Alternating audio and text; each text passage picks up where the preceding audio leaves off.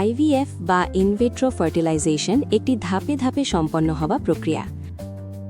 সাধারণত একটি পূর্ণাঙ্গ আইভিএফ সাইকেল সম্পন্ন করতে 4 থেকে 6 সপ্তাহ সময় লাগে, তবে শারীরিক অবস্থা এবং চিকিৎসার ধরন অনুযায়ী এই সময় কিছুটা কম বা বেশি হতে পারে।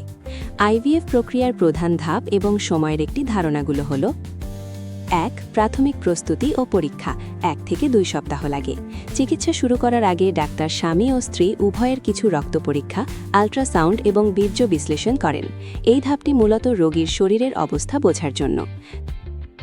2. ডিম্বাশয় উদ্দীপনা ওভেরিয়ান স্টিমুলেশন 8 থেকে 14 দিন লাগে।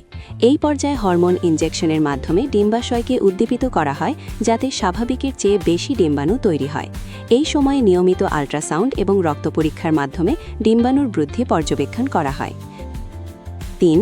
ডিম্বাণু সংগ্রহ এগ রিট্রিভাল 1 দিন লাগে।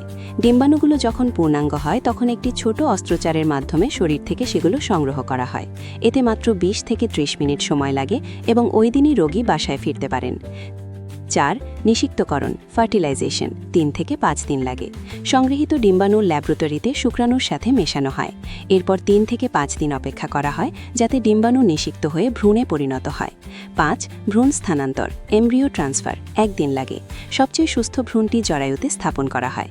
এটি একটি ব্যথামুক্ত প্রক্রিয়া এবং এতে খুব কম সময় লাগে। 6. গর্ভাবস্থা পরীক্ষা প্রেগন্যান্সি টেস্ট 9 থেকে 14 দিন পর করতে হয়।